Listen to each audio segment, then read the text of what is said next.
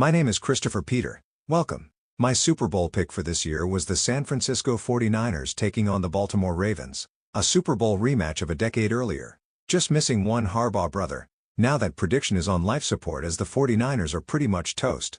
The Niners are now 6-8 after dropping a divisional game on Thursday night at home to the Los Angeles Rams in a battle of field goals. The Niners had a realistic chance of winning that game, but the Rams were just a slight bit better for most of the game, and closed really well. The Niners not only lost the game, but experienced an embarrassing moment that resulted in a rest of the season suspension. More about this later on, as it is a lesson that you simply cannot let your emotions cause you to quit on your team or those that rely on you. The Ravens also are not where they probably should be, and if they lose next weekend, they will be a wildcard team. They are coming off a bye to face a team that is already thinking about the offseason in the Giants. I wonder how much Joe Schoen is thinking about the decision team owner John Mara will be forced to make. The Ravens won easily against the Giants and held up their end to make next week a showdown to keep the division fight alive. Last week, I mentioned that they probably have the best path given the strength of schedule advantage that they had over the Steelers. The Steelers will head to Baltimore this upcoming weekend and then will face Kansas City, who already faced Baltimore. This is not another game because the Steelers went into Philly this weekend, just like in early November, where the future of the United States largely came down to the results in Pennsylvania. The fate of the AFC North was greatly impacted by the battle in Pennsylvania against my beloved Philadelphia Eagles. In all fairness, the Pittsburgh Steelers are also a team I support. But I was pulling for the Birds this past Sunday. Given all the media hype the Eagles faced all week, the difficult opponent in the Steelers, it made for a formidable matchup. Any team with a player like TJ Watt on it will be a difficult out. And early on, the Steelers showed how they can generate takeaways against any team in any stadium. The Eagles suffered 2 early turnovers, but the Steelers simply could not take advantage of them. The Steelers usually make teams pay when they are given a short field. For the most part, short fields have helped give them a good portion of their scoring opportunities. Even with Russell Wilson, they are not really a team that can consistently move down the field.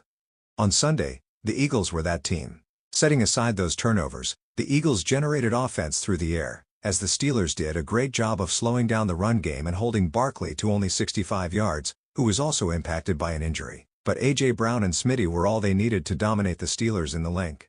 Interestingly, Mike Tomlin decided to punt when his team was down 2 scores early in the fourth quarter. Wilson and co. never saw the field again after the Eagles ran off 10+ minutes of time to end the game. Yes, 2/3 of a quarter, 1/6 of the game, ran off with a 21-play drive to seal the victory. The Eagles really excel in big moments this year, against the Ravens, the Steelers, and everyone during their 10-game winning streak. Their defense has really found their identity and are dominating games. The offense is multiple, being able to win by running and passing or one or the other. Great run they are on right now. The Eagles, caught up with the presumptive favorite in the NFC Detroit Lions, who were dominated for most of the game by the Buffalo Bills and Josh Allen, who pretty much sealed the MVP race with another great performance. The Lions are decimated on defense and now lost a key contributor to their offense. Tough sledding going forward. The Bills looked great on offense over the past 2 weeks, but their defense is pretty suspect after 2 weeks where they gave up 44 points and now 42 points. 86 points in just 2 weeks, and the Bills are only 1-1 in those games despite Josh Allen playing great. One has to wonder what would have happened if the Lions were healthy. I am not sure why the practice of dropping the football before crossing the goal line is still a thing. How come players are not learning from other players' errors? Sometimes the best lessons to learn are not from the mistakes you make but the ones other people make. If you are a team trying to punch a ticket to the postseason, then you cannot have any mental lapses. This was the Colts, by the way, during their loss to the Denver Broncos. Baker Mayfield is having a good run with the Tampa Bay Bucks, who are back in first place amidst the struggling Atlanta Falcons slide. The Bucks beat up on the Los Angeles Chargers, winning convincingly. The Falcons have reportedly decided to pull the plug on the Kirk Cousins era despite their win against the Raiders. The Packers knocked the Seattle Seahawks out of first place, moving the Rams into the top spot in the NFC West. The Seahawks seemed not able to keep up with the third team in the NFC North, especially after starting quarterback Geno Smith left the game with a knee injury. A big story of the week was Patrick Mahomes suffering a high ankle sprain in a win against the Cleveland Browns. If he is unable to play, or if the Chiefs decide to protect their future Hall of Famer, former Eagles starting quarterback Carson Wentz will take the reins. Imagine if he wins a second Super Bowl as a backup replacement. The Chiefs continue to win close. The prevailing opinion that the media is willing to acknowledge is that the Eagles are the best team in football, dragging themselves to acknowledge that the team playing consistent on both sides of the ball for 10 weeks in a row may be better than teams that are losing key players or winning close. At the same time, the national media still wants to sow seeds of division. The Eagles are the best team in football. They are playing the best brand of football and keep getting better each week. Hopefully, this can continue through February. Congratulations to Colorado University star Travis Hunter for winning the Heisman Trophy. A two-way player that excels on both sides of the ball. Can put points on the board regardless of which side he is playing on. Really a great talent with a skill set not seen since Deion Sanders, his head coach. There is much talk always around the NFL all-time great head coach and Deion Sanders. Will he leave Colorado and take over the Dallas Cowboys if Mike McCarthy is relieved of his duties? Will he join the team that drafts his son? Deion Sanders is making a great impact right where he is and building something special in Colorado, it appears. After struggling through the first season, the Buffaloes were a much improved team this year, benefiting from a somewhat reduction in the media hype and sensationalism. Why leave for the NFL where a rough first season can spell immediate doom for his pro career, especially for a team where the owner will not give him the freedom that other head coaches enjoy? Despite his resume and profile, I doubt Jerry Jones would give him or anyone power beyond coaching the players. The college game is changing due to NIL, realignment, big media deals, and the dreaded but beloved transfer portal. But the college game makes great coaches iconic immortals on the campuses they succeed at. Nick Saban is a living legend. To some degree, Mac Jones will always be special for Texas. Maybe that is what is attracting the all-time greatest coach in NFL history to the college ranks. If he can make North Carolina a perennial contender and NFL talent factory, he will write a new chapter to his already historic legacy.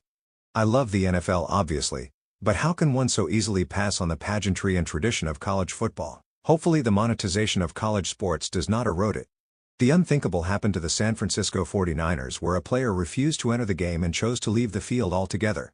The whole mantra in sports is playing for the guy next to you, not to be the weak link, and the name on the front of your jersey rather than the one on the back. Devondre Campbell chose to be the missing link and completely let down his team, his family, and fans in the Bay and everywhere else he played. I am sure Campbell has a side of the story that made sense in his own mind in the moment the incident happened. People can be overcome by emotions and not make the best decision or make the worst possible decision for the careers or life. This incident apparently will cost him his job with the 49ers and maybe his career. Devondre Campbell joined the Niners knowing that he was filling in for star linebacker Dre Greenlaw until Greenlaw was able to return from the tragic non-contact injury that occurred in front of all our eyes during the Super Bowl. Understandably, a person may know what they are going into, but not like it when the reality hits later down the road. While we are not elite athletes in a high-pressure situation like Campbell was, many of us experienced similar situations where we had to accept the reality that regardless of our performance, we were the odd person out. For instance, how many people tempt replacing a person on maternity leave, hoping that their performance will earn them a spot when the person returns? It does not always work out. We can empathize with the feeling that there is a fork in the road where you may not know where to go next. A decision point with situational factors that are much different than before the situation occurred. You enter the season thinking that you may still get playing time and then it becomes more clear that once Greenlaw returns, it is his spot unless he needs a bit of rest here or there. I always believe that we must always try to not make a tough situation worse by ensuring the negative outcomes occurs due to our bad choice, behavior, or attitude. Sure, it gives you agency over your situation, but not the kind you really want. I do not think anyone should ever downplay their accomplishments and hard work to appease the irrational feelings of others. Caitlin Clark is a great talent. Not because of media hype but because of how she actually plays the game. I think there is nothing wrong with acknowledging that. While many people did find Clark acknowledging privilege as the wrong move, I think it is not as bad as people make it seem. Seeking to appease the mob mentality is a losing battle. There is no appeasing irrationally hysteria drive people. They will seek to elevate themselves with narratives at the expense of others. Not a game you should even consider playing. At the same time, you cannot completely deny that there is some level of privilege. Some people are more marketable than others, and the more traditionally attractive people will benefit more than those who you have to make a case for why they are appealing. But people have the right to like what they like. The problem I have with the idea that society should look at everything through the skewed perspective of wokeness is that these individuals cannot separate reality from ideological bias in their effort to try to fight biases. Society did not need to replace one social construct with another. It simply needs to see things for how they are. Interesting thing I saw was a social media clip where there was an argument between a black delivery man and a few Hispanic males waiting for delivery. There is no video of the preceding incidents, but the black delivery person was offended that 2 or 3 Hispanic males called him racist. Based on angles, you could not really tell the number. In the comments section, The reaction was largely biased based on the similarities between the individual in the video and the commentators. People defended that side that looked like them, largely using arguments that could not have possibly been drawn from the video. In reality, setting aside the blur of identity, one could understand how a person would not like to be labeled something like being called a racist. At the same time, you do not know exactly what happened to make the other side feel like racism actually existed. Were they justified? Was it just the conditioned response people learned when there is an incident with two different cultures? Maybe it was justified. Maybe it was not. It was completely unable to be determined based on what was available. Anyone who pointed out this rational and rather obvious point that the missing information is important was shouted down. Clearly something happened and then a person decided to start taping. The events prior to hitting record really were the defining events. I think it is important to understand that there are issues impacting our society regarding race. But not everything may be an event of racism. The facts, evidence, data, and available information are needed to make a rational decision. Many times people are not willing to wait for the facts. They want to use hysteria to guilt people into accepting an accusation one way or the other, and that is why people should never bend a knee to the crowd. It is never about reality. They are just seeking validation for their hysteria. A big thank you to all of you in the audience. Your viewership is appreciated and valued. The Christopher Peter Review is made up of the series by Christopher Peter and the Christopher Peter Review. Please continue to visit www.crcreview.com for more, or subscribe on YouTube or YouTube Music. Thank you again and talk to you next time.